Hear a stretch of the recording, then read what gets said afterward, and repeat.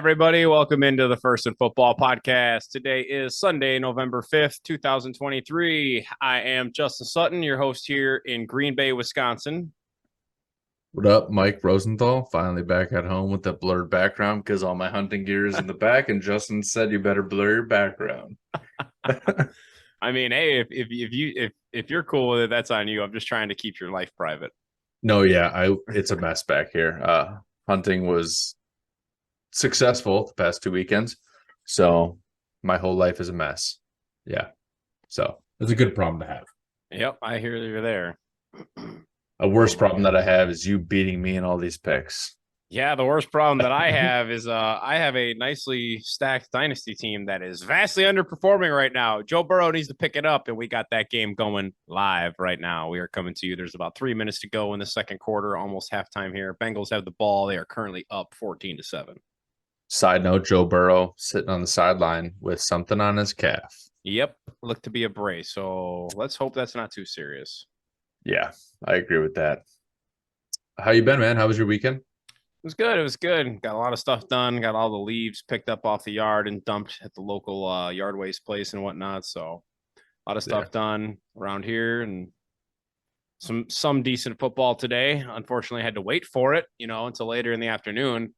Yeah. Speaking of that, I mean, do we just want to get into this right away? I mean, I can't believe how much of a snoozer that Miami-Kansas City game was. I mean, I got up early to watch this, and, it was just some big names and a sloppy game, if you ask me. It really wasn't all that great.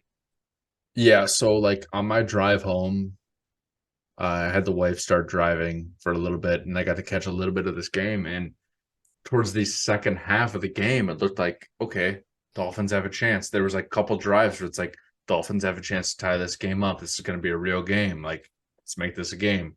And they failed a couple drives in a row. I'm like, okay, what are we doing here? Yeah. They were running the last big drive that the Dolphins had in this game. They're running with Mostert. Mostert's getting a bunch, big chunks, and then they pass a few downs in a row and they just lay stinkers. It's like they just fell flat on their faces, and nothing came about the comeback. There was no comeback. And that was, obviously the people in Germany want to see a real game.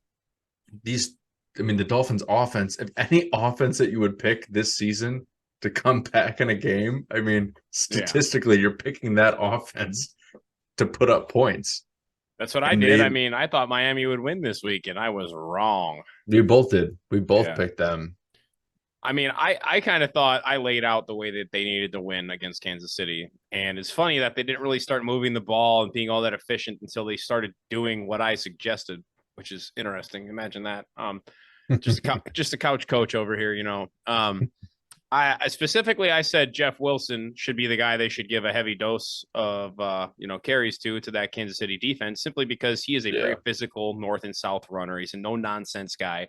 Raheem Mostert's very east and west, looks for his hole and then bursts through the hole and tries to break it off. You know what I mean?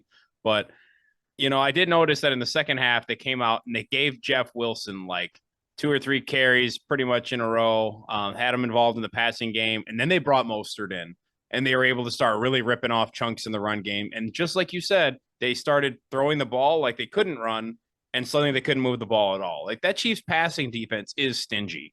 Unless it was to Tyreek Hill. They could connect a few balls with him, but beyond that, it was well, even Tyreek Hill, he seemed a little uncharacteristically off to me today. The cheetah always shows up in big games, especially when he's talking all that shit like he was before the game. I just couldn't, that fumble. There was just so many things that I couldn't believe we made it through that whole game without seeing one Tyreek play that was yep, that's Tyreek, and only Tyreek does Tyreek things. You know what I mean?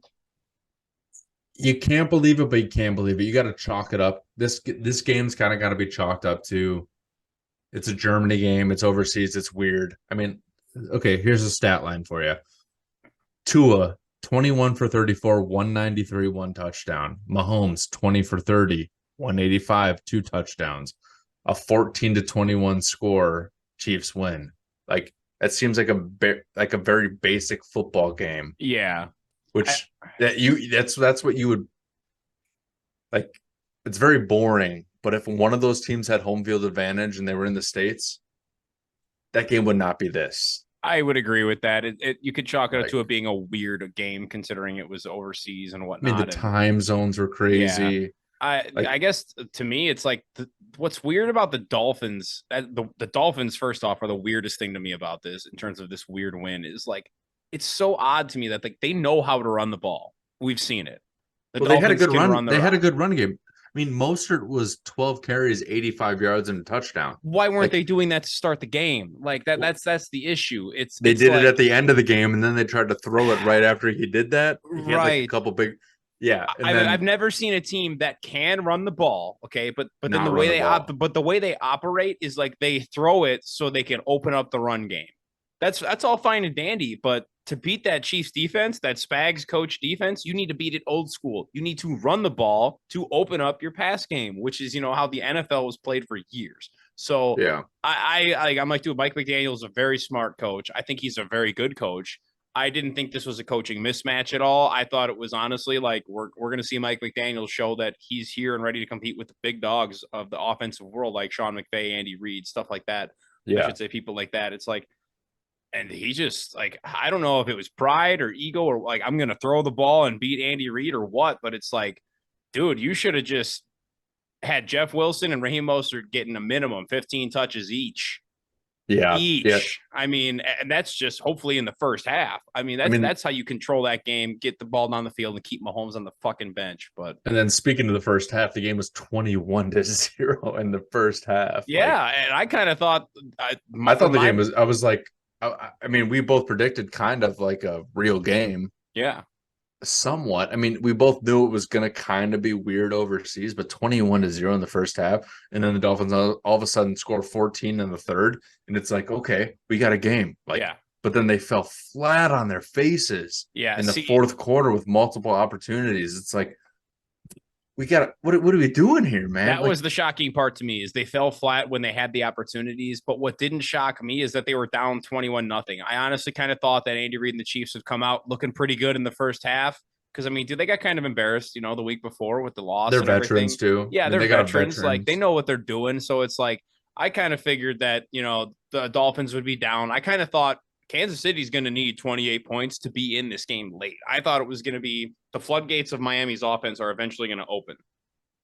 They Kansas City's started just to got to kind hope of to be, in the yeah, third quarter. They started to, but then Kansas right. City, I don't even know if Kansas City shut the gates. I think Miami shut the gates on themselves. But Possibly. I mean, they had Kansas City had some nice plays on D from what I saw, but Miami left some plays on defense out there that they could have made, but that's beside the yeah, point now.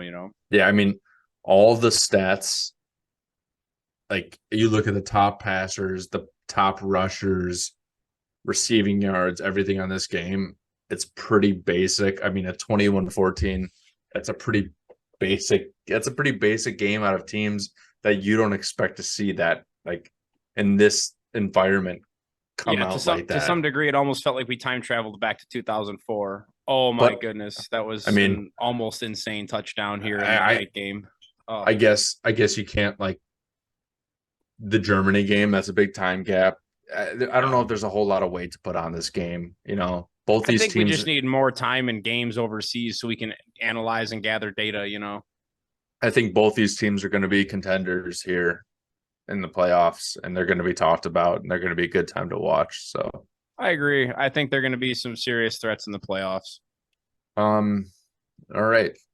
Although I don't What think that either of these teams are honestly going to the Super Bowl. I'd say the Chiefs have the closest chance, but I just don't see it happening. They I lack a swear, little if you something. say the Ravens, I'm gonna No, flip. I don't see the Ravens going. All right, all right. So what do we got next? That's a little teaser. We'll talk about some Super Well, Bowl predictions I here at the guess, midway point.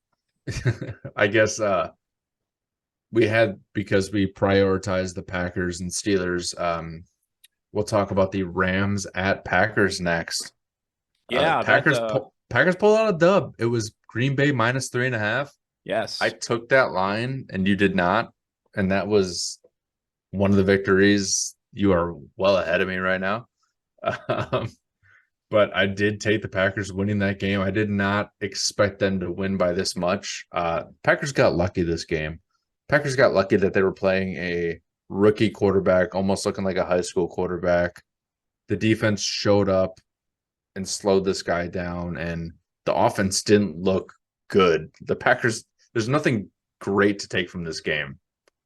Even Yeah, though it's a 20-3 win, I would like, agree. there's nothing great to. There's only one good takeaway, I would say. Honest to God, there's only one good takeaway. And that is that we have seen rock bottom for this offense, this team, everything. And that was last week. We did get lucky in the fact that we had to play a high school quarterback, essentially. The defense, let's put it this way. I'm not going to say the defense won it for us, but to some degree they did, only because they didn't blow it for us. So, I mean, I did see some very, very small, minimal improvements in different areas of the team. Jordan Love's stat line is a little misleading, if you ask me. Like, his stat line, it's nice to him. yeah, it's a nice stat line, and I'm sure he's going to sleep like a baby tonight, getting a dub and putting up some good numbers. But I feel like there was definitely still more on the field there that quite literally he left out there. Jordan Love, that is. So I did not take this line thinking the Packers would just squeak it out, but hey. I'm excited to see what the Steelers defense does to these Packers next week. I'm fucking terrified. Yeah. I think, but at the same time, really am. I mean, we're obviously going to have talks about this, but Love's going to save us. Love's going to have some rushing yards, but the Steelers defense ain't going to be this nice. Ain't going to be this nice. I mean, both the Packers and Steelers stink, but it ain't going to be. Is that game in Green Bay or in Pittsburgh? I don't know off the top of my head. Oh, yeah, we are getting stomped on. I am ready for a good old-fashioned LaFleur blowout. I'm talking 37-8 type deal here. Historically bad good Steelers right now. Yeah. I don't really know how much I have to say about this Packers game, man. I think the Packers, this stat line, them getting 10 points in the fourth quarter off of stinky points, like this game was almost close to the end where you could have saw the Rams coming back and getting, I mean, Cooper Kupp being uninvolved in a few games in a row here. Like, obviously they don't have Stafford. So, like, I think if Stafford was in this game, Packers aren't winning this game. Like, if they are winning this, it's by a field goal. It's a close game. It would have been a way more fun game to watch if Matthew Stafford was playing this game.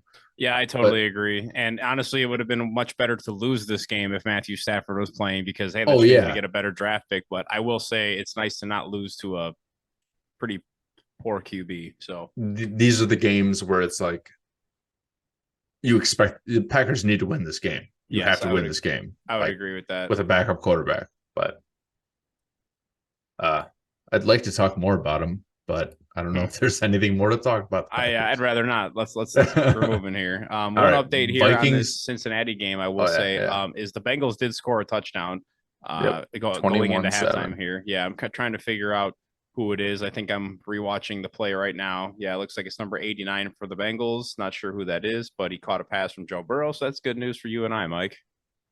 I mean, I got that line, you don't, so that helps me. Yes. That was Joey Burrow to Drew Sample. Drew Sample. What a name. Don't even know. That's a Speaking terrible of name. Names, let's really quick to tie back into the Packers game. The Rams backup quarterback behind Brett Rippon, his name was Dresser Winn, Winn, and a dresser like, where you put your clothes in or set stuff on top. Yeah, a dresser Winn. I couldn't believe that. I'm like, what? Like, anybody who has a child, you have the right to name your kid whatever you want. All I'm saying is maybe think about it a little more. Just saying, like, dresser's kind of odd. It's a little out there. It might be an easy target for your kid to be picked on by bullies in the school. Just food for thought. But yeah, you gotta look out for him. Yeah, continue on to this next game here. You said we're getting into Vikings Falcons. Yeah, dude, Vikings Falcons. Shout out Josh Dobbs. I mean, huge shout out Josh Dobbs. We have only Steelers drafted quarterback. This dude's bounced around, comes into the Vikings not practicing one time. Like, or maybe he probably did like do some like dry reps or whatever else. But I mean, he came in after their rookie quarterback got conkied. Yeah. And he balled out, man. He rolled out of the pocket when he needed to roll out because he understood, hey, I don't know this offense. I'm going to roll out. He extended plays. He made things happen. That dude, He's a football player. We were just talking about Yeah. this. Yeah. He is a football player. That's what he does. He plays football. It doesn't matter what you don't need to know playbooks. You don't need to he knows football. There are If a some guy's dudes that are open, just innately gifted like that. Yeah, they just have a knack to play the game. Like, and I think Josh Dobbs is one of those dudes. Like, it makes me sad that he is not the backup quarterback for this Pittsburgh Steelers still. Like what's crazy is how he's not a starter somewhere after some of the horrendous QB play that we've seen around the league, especially just the last couple of years. Like literally this season and last, like Josh Dobbs got traded to Minnesota. That made total sense to me. Like I would not be shocked if Josh Dobbs is a starter somewhere. Like maybe the Giants looking to get out of a bad contract. I don't know. We'll see. I mean, it's something to say about a dude that can just come into a game and play and win, like backyard football, kind of like how he's done with the really bad Cardinals or the Vikings, who lost their number one quarterback, probably top 5 quarterback in the NFL, and then has a rookie come in, then he gets hurt. Like, there's something to say about a dude that can come in and just sling it, right? But then, like, knowing structured football and being good at that, that's also really difficult. So, like, maybe Dobbs doesn't have that knack to know how to play football like that. Like, see, okay, I think he like does now. If a game gets, I mean, hopefully, I mean, who knows? I only say that because look at what he did with that horrendous roster known as the Cardinals. I mean, dude, he had that team. But he was 1-6. Yeah, but he was so close. They were so in so many of those games where they shouldn't have been sniffing that close. You know what I'm saying? Yeah, no, that's why I'm a Josh Dobbs believer. I'm a believer too, dude. Like I am, but I'm just like, hey, maybe there's a reason he isn't a starting quarterback. But hey, after this year, like how many years has he been in the league now? 3 or 4 years. So maybe he's finally. I think that's about right. But he's never gotten that opportunity. I mean, yeah, and maybe like, he's finally developed enough mentally to understand all of maybe this. He will get. Like it's. I guess from my perspective, it's hard to judge. Like my perspective is like, okay, he's still in the Brock Purdy sample size. He's got a small sample size. He's a run and gun guy. When the game's down, like he's got a whole lot of effort attitude. Like yes, he does. I'm just here. Hey, I didn't get my chances. I'm just here. So like maybe he gets. It'll be interesting to see when because I mean, even with the Cardinals, he's never had a chance to like. Yeah. I'm taking first team reps in training camp. I'm taking these, like all these snaps, first team reps in preseason. I'm taking all these snaps. He's never had that, and I think he's pretty close to earning that. I don't know what team he's going to end up with, but man, that dude has put himself in a place to never have to work again, and good for him. Oh, I could definitely see him going to Seattle, especially the way Gino's been playing. We'll get to we'll get to that. Yeah, let's get back to the game here. That guy, Minnesota dude. and I Atlanta. Got some beef with that guy. Yeah, Minnesota and Atlanta. You took that line, Atlanta 4.5. I did not take that line. I turned out to be correct. I thought, honest to God, I'm happy. Can we put the caveat on that? What's the caveat? The caveat in. If I knew Josh Dobbs was playing that, I would have not taken that line at all. I mean, he didn't start. Nobody predicts injuries, dude. I mean, it's a tough break, but like, yeah, I know it's a tough break, but it's like that game was not at all what I predicted it to be. Yeah, that's true. Because nor what I said either. Josh Dobbs coming in there is way, even if Josh Dobbs doesn't know the offense, it's way different than this Jaren Hall dude getting a concussion. Yes, and not like. But thank God, Jaren Hall. Sorry. The fact that he got a concussion made the game very interesting. Yeah, be careful with your words there. Yeah. I honestly came away from this game thinking, thank God the Falcons put Taylor Heineke at quarterback. And my other takeaway was I would not be shocked if Arthur Smith is no longer the coach of the Falcons after this year. Because there's so much talent there. And it's like, he just tries to run this like weird, like we're going to be different and run the ball, multiple sets, like introverted scheme offense. Like it's so weird. And it's like, who gives a fuck? Look at the Lions. Okay. That's what you do with your first round running back, AKA Jahmyr Gibbs. Like you have Bijan Robinson. Don't Drake London. Like you have Kyle Pitts. You have dudes on that squad. Why do you look so terrible? And it's got to be the coach in the scheme at this point. You know the rule, like when you're down in the game, Give it to Algier. Why? But Bijan fumbled the ball one time in the game. Let's just put him on the bench forever because he sucks. We Yeah, don't need him. We what's don't building need the guy's him. confidence back up? Yeah, What's that's just that going to bench do him. for him? Just bench him. You didn't We don't spend a need first round pick Bijan. on him or nothing. That Just coach waste that big contract. stinks at football. Yeah, That guy need the. Thank God he put Heineke in at quarterback. it's the That's the best one thing smart he's thing he done. did. That's it. Yeah. Get Bijan on the ball 100% of the time. What are we doing? I don't even care if you want to, honest to God, split Algier and Bijan's carries. Just Split consistently him. give They him the split. ball. Yeah. Yeah. Consistently make sure he touches that ball 15 times a game on the ground and then at least 5 to 6 times a game through the air. Like, and you're Atlanta not going to have problems. Atlanta could be way better than what they are. Their coach is an idiot. I agree. Their coach is holding them back. Speaking of another coach who's holding them back, let's go on to the Browns. And that's kind of seems to be the question for me.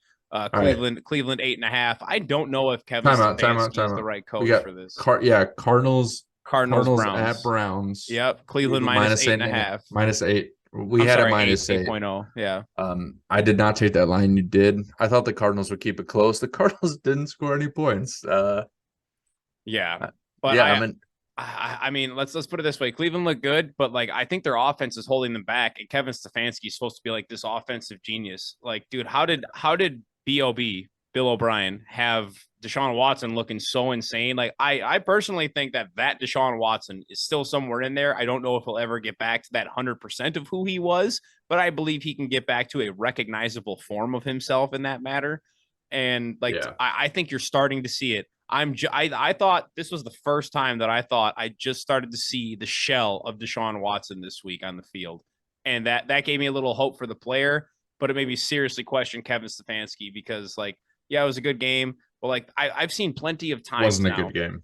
And how do I say this? They controlled the game and like the offense didn't screw it up. But I've They seen did plenty more of to control it. games. They dominated the game. Yeah, I've seen plenty of games now from the Browns and Kevin Stefanski where it's like there's questionable play calls either when they're up or when they're close trailing. You know what I mean? Whenever it's a close game and they need a score or just whatnot, situational critical football, like just weird decision making. You had Donovan Peoples-Jones, and I get you have Elijah Moore, but like why are you just going to get rid of that asset? Like that's somebody else who can help this offense. Like, yeah, you lost Nick Chubb, but you have Kareem Hunt and Jerome Ford, and it's like they're not running the ball all that well anymore. Like, I don't know if it's just injuries or what, but like Kevin Stefanski, I'm starting to question him and wonder if he's the right guy for Cleveland because they got a lot of money and a lot of talent over there, and it's kind of making me wonder why it's not a little more explosive. Me simply put, you put way too many words into this game. The Browns played an absolutely terrible team. Their quarterback was 11 for 20 with 58 yards and 2 interceptions. This was not a football game. This is a high school football game. This was not in the NFL. There's no weight to be gained from this game. The Cleveland Browns are at the bottom of the AFC North. They're at 5-3, which the AFC North has a lot of good records, but there's no weight to be gained from this game. There's nothing to give from this. They played a terrible quarterback, a terrible defense, and the only thing that was keeping the Cardinals, they're 1-8, and they were competitive this entire year, was because Josh Dobbs was slinging the ball. Yep. There's no weight. There's nothing to talk about with this game. Yep. They didn't do anything. That's what I'm saying. The Browns did not look spectacular against a garbage ass team, and it's like Deshaun Watson. No, he didn't even look great. They did not. Yeah, they did not look great. Deshaun Watson was 19 for 30, 219 yards against a terrible football team. Yes, this was a practice squad game. This doesn't mean anything. I just started to see a couple glimpses. Like I saw a couple plays that were reminiscent of Deshaun Watson. That's all I really saw. But like, yeah, I agree. Like I felt like Cleveland should have dominated this game harder. I don't feel like they even dominated it all that well. Like, I feel the Steelers were also undefeated in the preseason. So yeah, I mean, honestly, if Cincinnati and Cleveland met, I think Cincinnati's undressing them. If Baltimore and Cleveland met, I think Baltimore's undressing them. And I think if the Steelers and Cleveland met, I think it'd be one hell of a game. And that to me does not signify a great team. Well, the Steelers are going to be competitive against everybody, and we'll get to that. Yeah, agreed. But I mean, like, it would be way too close for comfort considering, you know, like the inconsistencies the Steelers have. I'll say that. The defense is the one thing that isn't. Correct. But let's move on. This game has no weight. Commanders at Patriots. You took New England minus 3.5. I did not. They fucking I had did. faith that the Commanders would do it, and the Patriots almost came back and won this game. Yeah, they And had it. when that deflection happened for Mac Jones, I felt his soul leave his body. I felt so bad for him. Same. Mac Jones is better than that team. Agreed. Man. Like, he's not great, but he's better than that team. And the bad part is they're going to move off of him and get a new quarterback next year. Yep. You know it. Yep, that sucks. That stinks.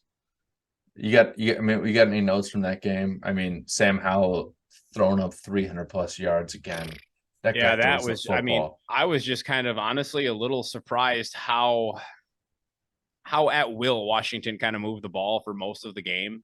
Like, man, they just got rid of two of their best defensive players, and they're doing pretty much whatever they want to this Belichick coach defense. I was just it looked like the same team, even though. Yeah, it really did. It wasn't a whole lot of change. Yeah. And I kind of have a sneaky theory that, you know, when the Patriots move on from Mac Jones after the season, that maybe Dallas does a little sniffing around and inquiring on that, you know, a little family relation there. And he's probably a little cheaper contract than Dak. And, you know, they just kind of need somebody to distribute the ball and not make mistakes. So I could see that being a discussion in the offseason. Quit hating on Dak. Hot take. Get out of here. I'm not saying Dak is horrible. I'm also not saying Dak is good at football. He's overpriced. Dak is not worth the money he's making. True, but he's still a good quarterback. That's all I'm saying. And this is a business, and Micah's about to get a fat fucking bag. CD's about to get a pretty fat bag. Like, yeah. That's all I'm saying, man. Dak is a huge hit, and the quarterback is more important than both of those dudes. I would totally agree with that. And I also Sam would Howell argue is not better than what? Sam Howell is not better than Dak Prescott. Yeah, probably not. But I would just also argue that, you know, Mac Jones probably, you know, on a proper offense, probably doesn't throw as many interceptions or just turn the ball over nearly as much as Dak Prescott. So that, I mean, that's kind of big. Sample size, though. That is true. It is true. But let's move on. That game really wasn't nothing special. I lost that one for taking the line. You won that one for not taking the line. Yeah, next we got Bears at Saints. We both took the Saints, beating up the Bears. The Bears kept it close. Surprisingly, yeah, they got a little something cooking over there, and I don't know what it is, and I don't like it. Let's put it that way. But it's not a whole lot because they had 4 turnovers. So yeah, I think the Saints were more generous than the Bears were good. I would definitely say that the Saints kind of played down to the level of their competition today. Bilbo Baggins threw 3 interceptions. I mean, yeah, good old teabag. I guess we got to shout out fantasy footballer for the Bilbo Baggins. Yep. But yeah, 3 interceptions, man. I mean, hey, congrats. You're made it to the NFL. You may be a backup, but maybe not. I don't know. I mean, he looks about as serviceable, close enough, I should say. I would say he looks arguably close enough to being as serviceable as Justin Fields in that offense. And that's probably unfair to say because it's a small sample size. Unfair. But, unfair. You know, anybody can probably do a couple things for a couple of games. But I think that offense needs Justin Fields back. And I'm interested to see what it looks like with him back. I'll say that. I mean, he did throw for more yards than Derek Carr that game. Ooh, that's quite the accomplishment. Derek Carr threw no interceptions, but that's probably a bigger accomplishment for Derek Carr personally than T. I mean, I don't know how many junk yards there were though. Like there was not a whole lot of junk thrown in that game. Like I didn't really watch it too closely, just whenever it flashed in on Red Zone because I didn't really care a whole lot. That game's kind of a junk game. What's up with Michael Thomas getting goosed, though? I mean, absolutely no action in that game. I was pretty surprised. I mean, shout out to Chris Olave getting back on track, though. Yeah. But, with that being said, let's move on to the next game here. Something that's a little more interesting and a little more positive for us on a line that which we were both correct because we both took it, and that was Seahawks at Ravens, Baltimore -6. I'm not positive about this. I did take that because I knew what was going to happen, but I'm not happy about it. So you would have rather lost another game? Well, it's like no, I wouldn't have. I knew what I was picking, obviously, but it's like what I said or probably on Friday, or whenever we talked about this game last. The Seahawks are fake. Their record is so fake. Geno Smith sucks at football. He sucks. He's so bad at football. Put in the backup, put in somebody else. This dude doesn't know how to roll out of the pocket. He doesn't know how to make good decisions. He takes dumb sacks. Give the ball to Tyler Lockett. Give the ball to DK Metcalf, a freak athlete. You have Kenneth Walker. Like, you have people at your disposal. He sucks at football. You know who doesn't suck at football? Lamar Jackson, dude. Jackson Smith and Jigba. They need to give that man the ball a hell of a lot more. And I'm telling you I right like that now, positive twist. I don't know who it's going to be, but one of those receivers is out of fucking town in Seattle after this year. It's either going to be DK or Lockett because you can see they're starting to work him in more. JSN is way too talented. Dude, DK's pretty expensive and starting to get a little dinged up. He does still have that heart condition. Let's not forget. And Tyler Lockett's getting old, but he's Mr. Reliable and he stays relatively healthy. So honestly, this might sound like a hot take, but I could see DK being the odd man out in the offseason and them kind of moving on with JSN. I mean, DK is on the injury report every single week. And there's plenty of teams that are looking for a wide receiver, man. Carolina's looking for a number one. I'd love to see Bryce Young have a big body for his little body to throw to, like something like that. Flipping over to the Ravens side. Oh yeah, they look sharp. We had talks about this. Ravens look good. They're good. They're a top tier team. They're top tier, but they're not elite. They're playing teams. No, not it. They're playing teams when they're at their worst. You're telling me that at their worst? What do you mean? I would argue that Seattle's finally healthy and they're playing terrible. They barely beat the Browns with a backup quarterback. I understand that. That Browns defense is also super legit. I guess I don't. Dude, just because you play a bad game doesn't necessarily mean that you're less of a team for beating them even harder when they were having a down game. You're telling me there can't be a little bit of luck involved with them beating the Seahawks 37-3 and then beating little bit. Timeout. And then beating the Lions 38-6. Those two combined scores. They're playing teams when they're not playing good. I'm very curious to see if they do this again because 1 is happenstance, 2 is coincidence, 3 is a pattern. If Baltimore undresses the Steelers, if Baltimore, we already went over this, that was lucky. If Baltimore undresses another team one more time, you got to take it back. That's a pattern. Baltimore's an elite team. Baltimore's not elite. They lost to the Steelers. If they were elite, they would dummy the Steelers. To quote you, AFC North football happens, and that is a divisional rivalry. So, I mean, yeah, but they're playing teams when they're not. I mean, you got to look at these last 3 games that are super weird. Okay, Lions, they won 38-6. Nobody would have predicted that. Probably not quite the blowout. People predicted a win, but nobody predicted that hard of a blowout. Correct. Yeah. Like, I mean, if you wanted to say blowout, somebody would have argued 2 possessions, not like an utter dismantlement. Yeah, for sure. And then all of a sudden, the Cardinals, 31-24, they win. The Cardinals are within a score. Half of their points are garbage. You know that the Cardinals. Okay, well, why didn't the Lions get garbage points? Why didn't the Seahawks get garbage points? The Cardinals kept that game somewhat competitive in the first half. The Seahawks today, nothing.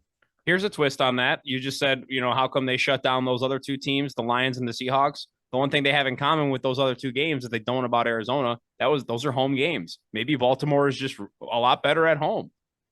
Maybe they really feed on that crowd energy. You know what I mean? Because that defense is really good. I think that defense by year's end will be top 3 in the league.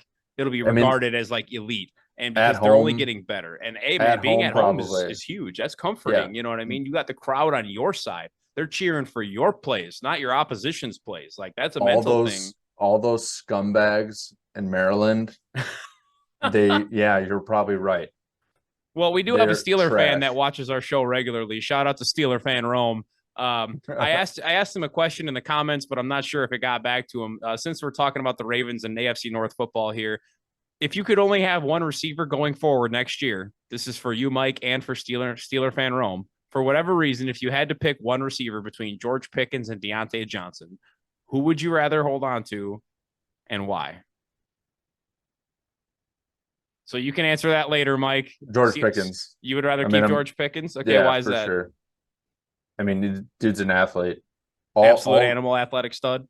Yeah, all receivers are divas. and this whole thing, and then he like posted something on Instagram or Twitter or whatever a couple like yesterday or something like y'all are overreacting, this and that. They're all head cases. Not, I guess I shouldn't say all of them. The best Most of ones them usually are. but I mean, when you're a lead at something, you're full of yourself. Yes. You have to be. You have an ego. So good for him. George Pickens is a freak athlete. If they can keep him forever, I mean, I would have said the same thing about Antonio Brown. If you would have said, "Can you keep him forever?" Yeah, I'm going to keep him. I can't Until control the what's CTE good. takes him from me. I can't control when Vontaze Burfict dummies his brain. Yeah.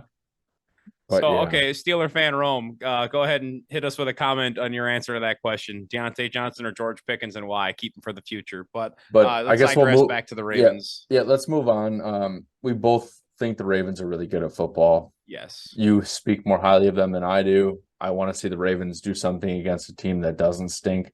And hey, we're going to see that in 2 weeks against the Bengals. Yes, the we Bengals are. It's going to back. be one hell of a game. I'm excited for that. And then the Ravens actually have a pretty tough schedule coming down the stretch here. They play the Bengals, the Chargers. Chargers defense not so great, but hey, sometimes Herbert can sling that ball. Yeah, sometimes he can. I mean, he's then they got that play arm. the Rams, not a whole lot, but then Jaguars, 49ers, Dolphins, and Steelers to end the season. Not a bad schedule. Not a bad schedule. That's tough.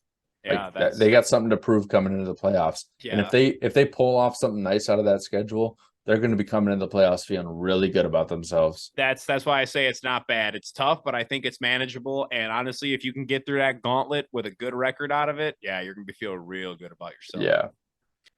All righty, Mike. Let's move on here from Seattle and the Ravens. Next game here. Texans. Oh, what an unexpected shootout. Unbelievable game, wow. Man. It was sick. CJ Stroud is the truth. We just putting that out there right now. I saw some dude. So, like, obviously, I follow a lot of Steelers stuff. He was like on Twitter, like, so I think CJ Stroud is better than Kenny Pickett. I just commented on it. I'm like, no shit. You think? Like, he is the real deal, man. I actually heard an interesting theory this week that the Raiders and, the Patriots people that they had over there, like Josh McDaniels and whatnot, they're pretty much putting out all the rumors and trying to spread all the leaks about, CJ Stroud scoring poorly on the S2 test and whatnot, like hoping that he falls to them at number 6. So that's pretty crazy that Houston pretty much called their bluff, took him anyways, and he looks to be the best quarterback in this class, hands down. He looks good, man. I mean, the sustainability of what he's doing right now is... We still got to see one guy, though. Who? Sean Clifford, baby. He is not even close to that. Totally being facetious. Man. But yeah, what a great shootout, man. What a great shootout. When Tampa Bay went down and scored with 46 seconds left, I thought, well, it was a hell of a game, kid. You did well. Good job, man. Good job, CJ Stroud. Everybody's going to be talking about this for a long time. He was like, no. Yeah, and then honestly, the coolest moment of the game, they literally had the stat line of Andrew Luck's stat, his rookie season, whatever record he broke. I think it was for the single game passing yardage record for a rookie. They literally had the graphic up on the screen showing Andrew Luck, his stats, and you could see CJ Stroud just above it, and all you could see was the laser focus in this man's eyes, just reading this defense. I mean, he was on it, dude. And that very play that they had the graphic on is the one he throws the game-winning touchdown on. Like, they pull the graphic off the screen, takes the snap over the middle to Tank Dell, walk it off. That was insane. I was screaming like, oh, at the team. I couldn't believe what I was seeing. I mean, like, they're doing this with nobody's at receiver. Like, no disrespect to their guys, but they're not exactly household names, Yeah, I mean, he's not breaking rookie records. He's breaking NFL records. Yes, that's the crazy part. He looks to be the real deal. Speaking of breaking records here, future record breaker Joe Burrow currently has the ball. It is 21-10. Cincinnati is up with about 9.5 minutes to go in the third quarter. Just a little update for everybody. And Mike needs Joey Burrow to go off for at least 2 more touchdowns so he can win in fantasy. Yes, I would like 2 more as well. I would be happy with 1 and some yardage, but 2 would really help. But yeah, the fact that this game was this close when CJ Stroud threw for 475 touchdowns is insane. Yes. I mean, I took This Tampa game to shouldn't win have this been game. close. It was crazy to We me. both did. Yeah. We both did. I We both took Tampa to win this game, and yeah. I thought it was going to be a bounce back for Baker. Baker didn't have an awful game. Nobody really had a bad game here. Yeah, Like I it was thought that just a defensive shootout. mind, Todd Bowles, and that that athletic defense they have there in Tampa was definitely going to teach CJ Stroud a lesson or two, and he looked flawless. I mean, he took them apart and taught them a lesson. I was shook, man. It was crazy. Yeah, if you Good see for me him. looking to the right, I'm just watching the Oh yeah, game while it's you're all right. talking. Yeah, if you see my eyes panning over to this way, it's because I have the game right here on the other side of But my yeah, screen. I'm watching Joey B get loose for a first down here. Man, this dude looks extra mobile this year. It's a pity that he had that calf injury. I would have loved to seen what he could have started the year off doing. I mean, even with or without, he did the same thing 2 years in a row of not starting out great, Yeah, that's true. injury or not. But yeah, this game was just a classic shootout. I mean, Yeah, it's kind of totally. hard. It's weird to call it a shootout because of Baker Mayfield's stat line. The only person really shooting it out was CJ Stroud. But I mean, what a game. What a game to watch, dude. That game was so sweet. And the other game that was panning at the same time of that was that Vikings game. And we already kind of covered that Vikings game. But I mean, those two games were at red zone panning at the same time. Those both going on at the same time. I was kind of unloading my car here, coming back from hunting, and just watching both of those games pop up at the same time was absolutely awesome. Like That I must have was, been epic, man. That dude, must I have been was so absolutely mad that crazy. I couldn't just sit on my couch watching these games happen. But man, those games are like you just that's what you want when you're watching Sunday Ticket is games like that ending the first slate of games. The second slate of games were absolutely boring compared to that, besides the Cowboys kind of coming back. But yeah, shout out to CJ Stroud, man. That dude, I can't.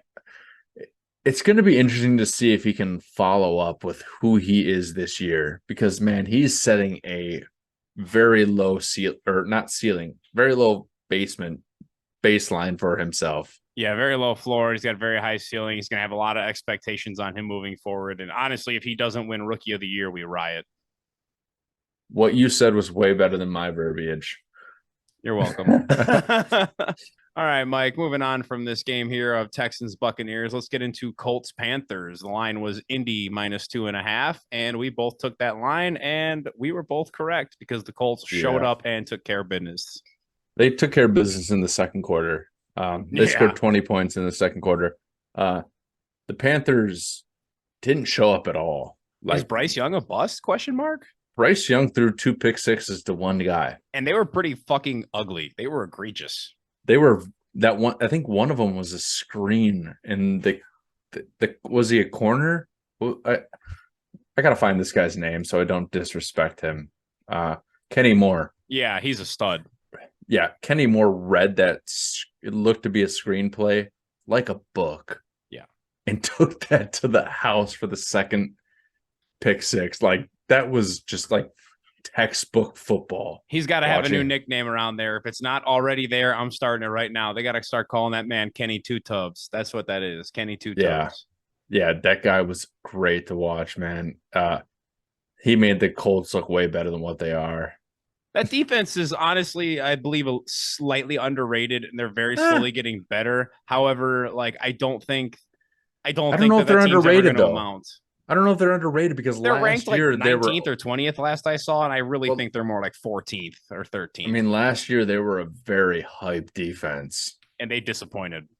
So, like the fact that they should be somewhat competent against a team like this. Yeah, that's true. But I get what you're saying. They did what they should have done to a bad offense. I get what you're saying. I'll leave my words on that. That's true. Yeah, the Panthers stink. Yeah, Bryce Young stinks. How about Jonathan Taylor getting to the end zone in that nice screen pass, though? That was nice to see that he's just about fully back and ramped up now. I think next week we're going to see 20-plus touches for Taylor. It's really sad that the Colts don't have their rookie quarterback. That would have been really fun to watch, man. I think they would have been fighting for this. They would have been competitive. Yeah. Man, That sucks. It's like their timing of their whole team is off forever. Ever Yes. since Luck retired, like their whole timing is off forever. That was just such a tragic situation, man, for everybody, for Andrew Luck, for the Colts, for the football world, for fantasy football. Like, dude, it Yeah. just sucked for everybody. But yeah. Enough about that game. Yeah, There wasn't much more else to talk about so there. yeah, so we both picked the Colts to win, like you said. Yep. And then the next game that we're going to talk about, Giants Oh, at Raiders, we both picked Las Vegas to win. And yep. I think we talked about this. We picked it because they got a new coach. They got a whole new reformation of whatever they're doing. They're not going to lose this game. You want to know what sucks about this game? When I was texting you, What's Devontae that? Adams. Oh, the mismanagement and the straight up wasting of that man's talent is Do I drop him in fantasy? criminal. No, you Do I can't. trade him? Do I You trade him can though? try to trade him. Like, are they not going to use him? I still believe there's people out there that are pretty split 50-50. There half the people are doubters, half the people are believers. So I think he still has a trade market, but I don't think you're going to get what you could have gotten at the end of last offseason. That's for sure. Is he a WR2? Is he a flex? I don't even know what he is. That's very true. It's a pretty tough situation. I mean, I guess it's tough. It depends on the format, which you're talking about, like redraft or dynasty or whatnot. Because like in redraft, I feel like his value is stupid low. In dynasty, I feel like it's slightly higher just because you do have the sliver of hope that he maintains his athletic dominance for another couple more years, for which he's under contract for over there. And you gotta hope and assume that next year is going to get better. I mean, they're 4-5 are you right playing now. for right now for this year? Should you go after Devontae Adams? I'd say it's probably a risk, but if you're someone who's looking to add a piece to the puzzle for maybe next year, something to keep an eye on, something to think about. I have him in a redraft league, so I'm trying to think, what do I do with Devontae Adams right now? I would see if you can get. But he's second. He's second place in their division. You're gonna have to hedge a bet. Then you're gonna have to find someone who is performing at a similar level, if not just slightly better, and who it might not be inherently obvious that they're gonna go off the back half of the year. And I guess you just kind of need to hedge a bet, and you need to trade Devontae and try to get that. Devontae for Jonathan Taylor. Back. That's a pretty good trade offer right there. I think if I'm the Jonathan Taylor owner, I'm rejecting that as fast as I can. But that's like, you're close. I think you're pretty close. You could probably get like Javonte Williams, maybe DeAndre Swift, given his I already got limited I got DeAndre Swift on that exact team that I'm talking about. But you understand where I'm going today too. You can get someone who could probably get you solid 15 points a game, but I don't know if you're going to be able to go get a stud. So, but yeah, I think of the Raiders, I still think he's going to be used more. I would agree with that. There's no way they're just going to keep letting him go to waste. Like, I'm going to hold on to hope. Yeah. Speaking of the Raiders, did you see or hear or read the reports about basically that locker room meeting and whatnot that the Raiders had? Dude, that is bonkers. So, and honestly, I'm extremely happy that the Raiders got that toxicity out of their organization known as Josh McDaniels. 100% agree. And as I was in the bathroom when we took our break, I was watching a locker room video of the Raiders. All the boys are smoking cigars in the locker room, partying after this win. They're 4-5, and they're partying, beating a very bad team. They don't care. I think it's all that coach is gone. The toxicity's gone. Yep. And Devontae Adams is still not going to get the ball. But hey, they're winning. For those of you that do not know about these reports that we are speaking of, Jake Laser did a story on this. There's also verified reports on Twitter you can find. But essentially, going into, I believe, this last game here, who did the Raiders just play? I can't remember. The Giants. That's what we were just talking about. The Raiders just played the Giants. So coming into week 9 here, I guess they had that team meeting last week. Yeah, this was last week, like going into that game. After the Lions. Yeah, this was after the Lions, but going into this game. Yeah. I guess they had a team meeting, and all the players were allowed to air their grievances, with the coach in the room, Josh McDaniels, that is. And I guess a lot of the players, and including coaching staff members, were just absolutely ripping Josh McDaniels a new one, just completely going in on him. And I guess he looked to what's the interim coach's name again? Antonio Pierce. Yeah. Yeah, I guess Josh McDaniels looked to Antonio Pierce to speak on his behalf and sort of defend him. And pretty much Antonio Pierce went on to talk about the 2007 New York Giants team that beat the New England Patriots in the Super Bowl, the undefeated Patriots, that is. And they had this mentality about how they believed they could beat anybody. And because they had that mentality, they really could beat anybody. And, the locker room pretty much roared in agreement and everybody was on board. And I guess Josh McDaniels pulled Antonio Pierce to the side and pretty much said, don't you ever talk about the Patriots like that again. And it really divided the locker room straight 50-50 to the point where players and coaching staff members went to Mark Davis about this. And Mark Davis sided with Antonio Pierce and his players, which is to be expected. Mark Davis is about his players, always has been, always will be. And good for him. It might have been a quick decision. It might have been from the outside looking in, it might look like the stereotypical irrational Raiders decision, like firing a coach midseason. But this is not that. I believe this was a smart move, good move, necessary move. Cut the cord, move on. If you're defending the worst team in the AFC, and you're the coach of a they are not at all. No, I'm not saying you are the coach. McDaniels was defending the Patriots. Don't talk about the Patriots. Yeah. You dog every team to get your team motivated. You dog anybody. I don't care if they're undefeated. You dog them. You dog I don't care if you're playing the reigning Super Bowl champs, Kansas City. They dog. Shout out to going to play them. What's that owner's name of the Raiders? Mark Davis. Shout out to him. He doesn't care about money.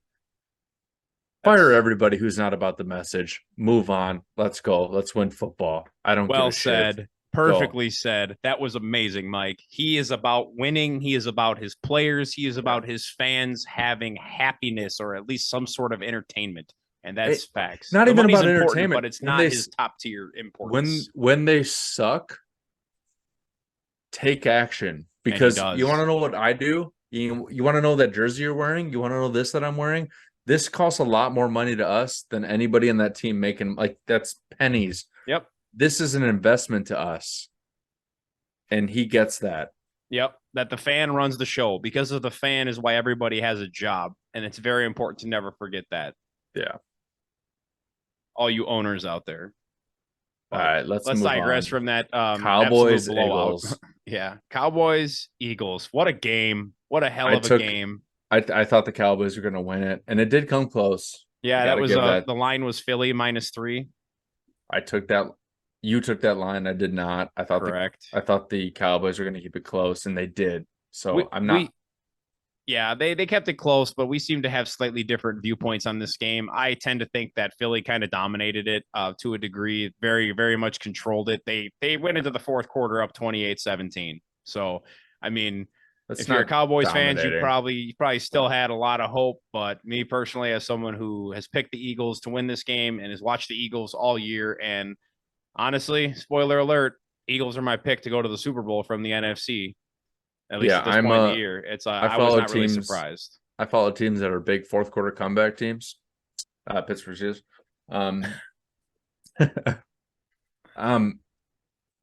The Eagle, like we were talking back and forth. I agree. I think the Eagles are the favorite to go to the Super Bowl here. They're very balanced, man. Teams get out of hand. They stay the same team throughout the game. They're very chill team. I was a little bit concerned about Hurts limping. I did not like that. Bad. That looked like Giannis circa 2020 NBA playoffs. Yeah, I did not like that at all. I thought the Cowboys screwed the pooch on that at the end of the game. Dallas gonna Dallas. Yeah, bad coaching, bad time management there at the end. They screwed themselves. They were at the 11-yard line. Yeah, Mike McCarthy. Yeah, they screwed themselves. I think they were at the 11-yard line. They went from the 14 to the 11, right around there. And then all of a sudden they're backed up almost to midfield. And then they have to just chuck it. What are you doing? It's funny how things get so out of hand so fast in this league when you're not, on your P's and Q's for situational football. Yeah. It's truly astonishing. Like you just said, you went from your 14 to their 11, and then you're backed up practically to midfield. It's yeah, I don't know. Personally, I do the Eagles coming into this game. I looked at it. I'm like, man, they look so good, man. They just look so good. They are so hard to beat. The Jets But borderline did the impossible, and like the Eagles were in that game every step of the way through it but too. it's like, I mean, you look at the stat lines. Dak Prescott, 29 for 44, 374 yards, 3 touchdowns. Hurts, 17 for 23, 207 yards, only 2 touchdowns. What do you do on the ground? Rushing. Hurts was 10 for 36 yards. Prescott was 6 for 14. Didn't Hurts have a touchdown as well? Yeah. Well, he had the tush push. And yeah, so he's got 3 touchdowns total. But regardless, I mean, like, I hate to bring this back to like some Steelers football, Steelers logic, but I'm going to. Like, Dak Prescott's not clutch. No. You got a Steelers football team that they're going to come back and win this game when they have a chance. They stink, but they're going to win that game. And Dak Prescott's better than Kenny Pickett for 3 quarters. But the 4th quarter, he ain't good. Yeah, I just kind of think that the injuries have changed Dak, and I don't think he's quite the same guy anymore. Unfortunately, it's such bad. It's just like, where's your decision making at the end of those games, man? Like, why aren't you? I mean, I'm sure he's been in the league long enough where you could probably statistically say he's had some games where he's had 4th quarter comebacks and he's been clutch. But this game against a division rival, yeah, and you had ample opportunity, and you make, like, the Steelers. That's what I'm bringing back to the Steelers logic. The Steelers suck at football. Like, their point differential, their yard differential is awful, and they have the same record as the Cowboys. That is shocking when you say that out loud. That's like, really shocking when you. But when it comes to the 4th quarter, they don't make those dumb plays, even though you think that the Steelers would because they're way younger than the Cowboys. Yes. They're not making the dumb plays that screw themselves, like the Cowboys screwed themselves in that game. Yeah, you know how we were talking. And it sucked to watch that Cowboys game because you wanted to see that happen. You wanted to see some, like, okay, let's see a real chance. And then all of a sudden, penalties, they back them up. It's like, okay, well, now there's no real chance. Like, this isn't even fun to watch anymore. That boneheaded move where he steps out of bounds, dude, running in for the 2. Like, I mean, that was, I don't know how boneheaded that was. You can see the sideline clear as day as you're running to it, dude. You've been in this league for how many years? I'm sorry. That is inexcusable to a veteran quarterback who has been known to run the ball. I don't call that as... That's egregious. I don't call that egregious at all because the situational awareness, dude. No, dude's probably running at like 15 miles an hour. Neither of us chubby ass white dudes have ever ran that fast. We have no clue. That's probably facts. I don't think I've ever sniffed 15 miles an hour in my life. That dude is probably boogieing. Maybe on a bicycle. I mean, it was about as, I wouldn't call it as egregious as the George Pickens toe drag that he didn't get last Thursday. I'd say it's equally as bad. I'd say that's just as bad as when Derek Carr fumbled the ball out of the end zone when he played the Cowboys, like whatever years ago that was now. No, I bring this all back to the fact that the Cowboys, all those penalties they took on that last drive, that they had a chance to win that game, that was dumb. That was very dumb football of a team they're a veteran team. Yes, they are. They should not be making those mistakes. And honestly, dude, if Kenny Pickett makes that boneheaded move of stepping out of bounds, I'm like, damn, that's a tough break, kid. Versus Prescott, I'm like livid at him. But I don't think he does that. I don't think Kenny does that. Exactly. No, I'm with you. I'm with not you. Clutch. Boneheaded plays. He's not clutch, man. He's not clutch. Yeah. And he's so good through 3 quarters. But once again, doesn't matter if you're good through 3 quarters. Would you rather have that clutch quarterback that's coming through to win you that game? All you care about is wins. You don't ask how. You ask how many. Win by an inch, win by a mile. A win is a win. Don't matter, man. Most definitely. Cowboys, like you told me they would, man. I had faith. I mean, hey, I don't know if Nick Sirianni really is a good coach or if coaches coach and players play and the players are just kind of doing their thing out there. But do these Eagles look right? They are rolling. This looks like the start of like a mini Philadelphia dynasty type deal. Like we could Timeout, be seeing the timeout. Eagles looking this good for the next few years. I agree with that to an extent. The fact that the Eagles were able to win 28-23 with the stat lines that they had, AJ Brown only 66 yards. Jalen And a Hurts touchdown. only thrown for 207. Yeah, and a touchdown. Devontae Smith only 51 yards and a touchdown. That's what I like about this team, of how balanced they came into this game. And that's what I Yes. said at the beginning of the conversation, was like, this is something different than what they've done through other games. Like when they had real competition, which the Eagles had against the Cowboys, Oh because yeah. Cowboys are a Oh good yeah. team. Cowboys are going to Yes. be in the playoffs. What the Eagles did against a good team is why both you and I are putting them in the championship or the Super Bowl. Is because they distributed that ball so well. They distributed it throughout the whole team. They didn't have to blow anybody out, but they just, I mean, what they had one, two, three, four different touchdown scores. I mean, that's I beautiful. I had someone ask me after week 5 when the 49ers were 5-0 about, who I think is going to the Super Bowl and whatnot, or like who do I think could beat the 49ers right now if they played. And I was very quick to say Philly. I said if Philly played the Yeah. Niners right now, I think they'd kick their ass. I said the Niners might kick their ass right now after week 5, but I said if Philly had to play them anytime after like week 10, I said I think Philly's taking them behind Yeah. the woodshed and giving them a good old whooping. And I still stand by that. I might have been a little early on it because Philly wasn't exactly playing all that well earlier, but dude, they're on it now, and that's all that matters. Yeah. They got the groundwork and the foundation there laid to have a very competitive team there for a long time. Yeah. I don't think they're going to have Devonta Smith around, but that's okay because AJ Brown is that dude. So they're going to be Yeah. just fine. Like you said, they're so balanced. They're not heavily reliant on one receiver. They're not heavily reliant on simply throwing the ball. They're not heavily reliant on running the ball. Like it's all meshed together very well. I should say married together very well. And for a team that lost both their OC and their DC, huge props to Philly, man. I gotta give some credit to Nick Sirianni. He looks like he's doing a solid job so far. Regardless, West Side's still the best side of PA. Don't matter. More championships. Philly stinks. All right, let's move on.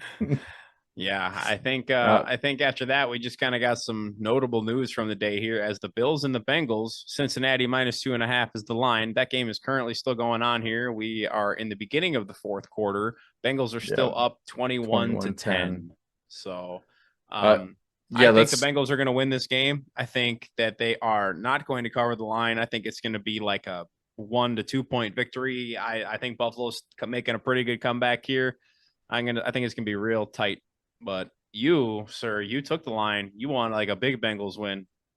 not I don't want it. This is one of those ones I'm not mad if they lose. I hope the Yeah. Bills win, but As a Steel, that's the Steeler fan in you talking. Yeah. I mean, even if the Bengals win, once again, that dumb stat, the fact that if they win, the Steelers are still second in the AFC North, which is just stupid. Well, Dalton Kincaid just helped the Bengals cause to win because yeah, he caught a nice pass over the middle, deep into Bengals territory near the 10-yard line of Cincinnati, and he got schwacked, and the ball came out, and it is now Cincinnati's ball with about 13 and a half minutes to go in the fourth quarter.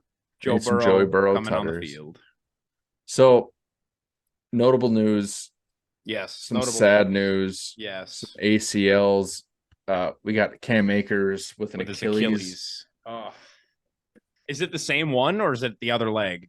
I do not know. Either way, absolutely brutal and And then devastating for Daniel that dude. Jones with the Achilles The ACL. or ACL, yeah. Yeah, that's rough, man. Man, you hate to see that because, like, I mean, do the Giants stink? Yes, they're going to stink. Daniel Jones is not the answer, but he's still a better answer than a lot of the answers that they have. That's very true. Nobody deserves to have their starting quarterback gone to season-ending injury. Nobody wishes that upon anybody in this league. We all hate that. Man, that sucks. Those are probably the two of the biggest things that happened this week. Yeah. I think one positive note, obviously, besides CJ Stroud being a major headline, is football is just it's here, man. Like we are in the thick of it. it's technically the halfway point of the season, so it's kind of depressing if you're thinking about it that way. But to some extent, this is when football starts to get really good.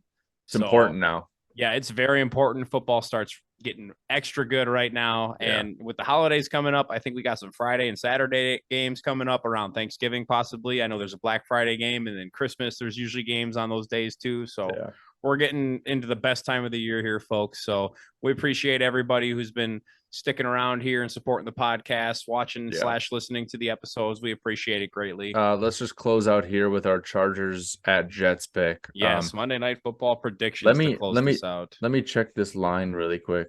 So right now, still Los Angeles -3.5. I took that line. You did not. Are you still good with that? I did not. Yeah, because I believe the Jets are going to win this game. Call my shot. I can't wait to talk about this because I think the Chargers are going to light them up. Jets, Jets. They're getting their starting corners back. Lock up Keenan Allen. Take care of that run game. Chargers are sitting ducks. It's over. I love the faith that you have in defenses because that's the only reason I'm happy in life. Yeah, you and Jets fans everywhere, Mike. Yeah. All right, man. Close it out. Yeah. With that being said, everybody, those are our picks. Hope everybody had a great weekend out there. We will have a new show for everybody on Wednesday. Peace. So stick around. Please, if you could, go ahead and leave us a like on this video, subscribe, and hit notifications so you don't miss an episode. Leave your comments below. I'm talking to you, Steeler fan Rome. I want the reply to that question, and anybody else out there who just wants to leave their input. Let us know what you want to talk about, what you disagree with, what you agree with, what we might not be talking enough about, what we need to shut the hell up about. Let us know. We appreciate it. Take care, everybody.